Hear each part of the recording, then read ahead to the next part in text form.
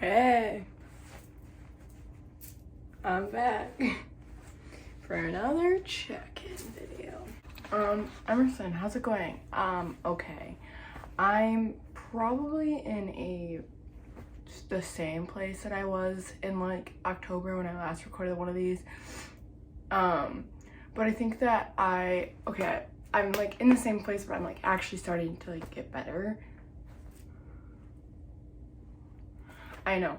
The main thing that I'm doing is I've really been purposeful in controlling my emotions, and I feel guilty for wanting to control my emotions because it feels like inauthentic and artificial healing, and it feels like I should be able to lead with my heart, but we all if I lead with my heart, I end up doing bad things that aren't productive for me.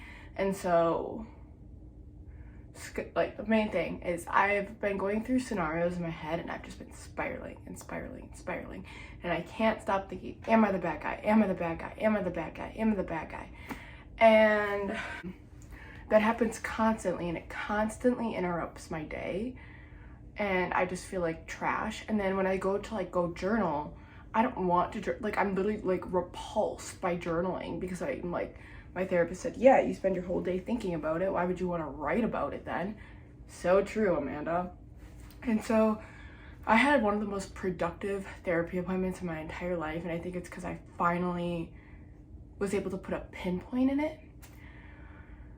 And so she and I are working on when I start a lot of the times these spirals happen right before meal times as well, and so I spiral myself sick and then can't eat because I just feel numbed. So one thing that we've been really doing is when I get into these spirals, I need to stop, tell myself I can feel happiness and stuff right now, and I have a time period where I'm going to journal about that. And so I journal about it at night.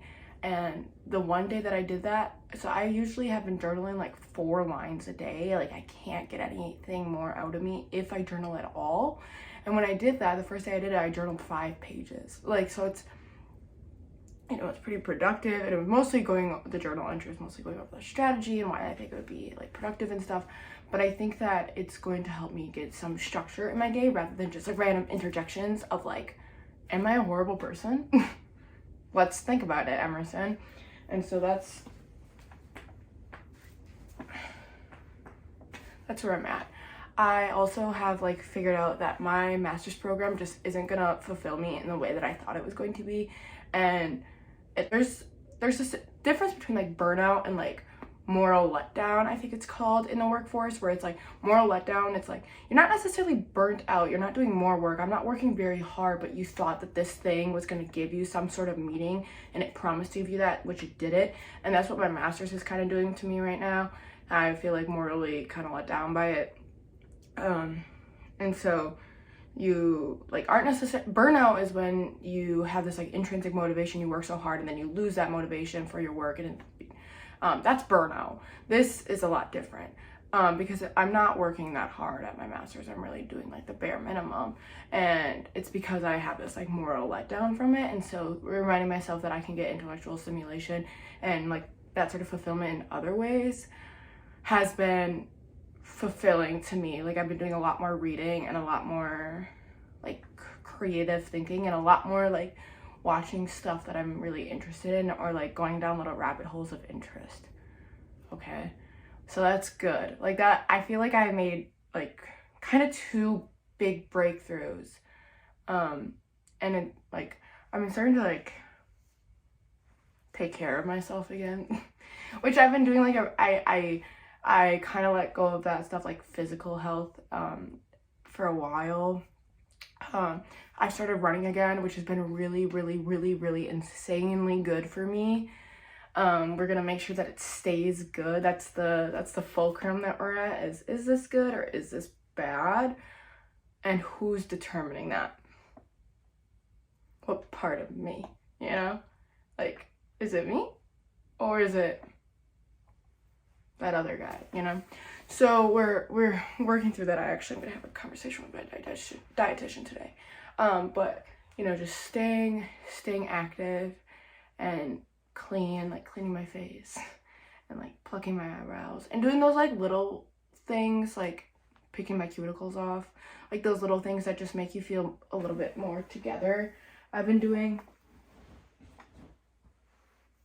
So yeah, I've been doing quite a bit of shopping. That's not helping anything.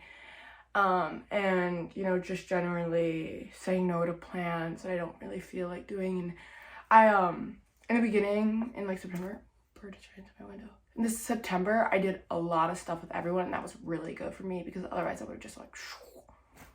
But now I'm kind of like easing out and like getting back into my own skin, which feels really, really, really good. Like to actually feel like a little ounce of confidence. It's not even confidence. It's just like I'm like content, and I just want peace and quiet for a little bit in my life, you know? Like I just want some silence. My therapist made a really good point because I was kind of mad that I wasn't over the stuff that I've been dealing with, you know? Like it's been a while. And why am I not like kind of over it? Why have I not like processed everything? She made a really good point that when you're going through a time where it's like crisis,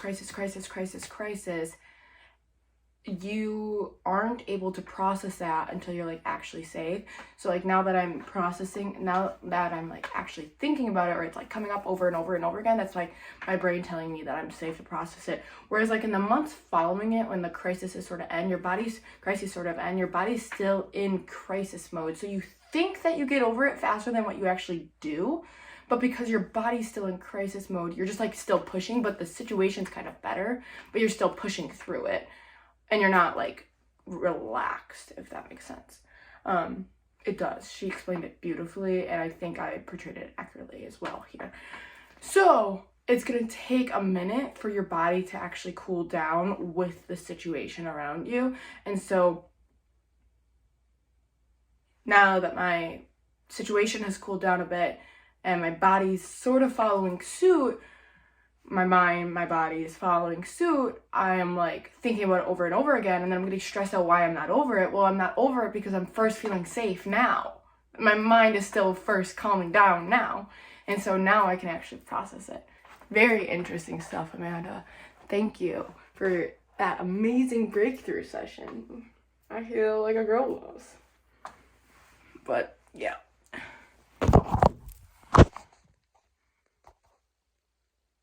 See ya.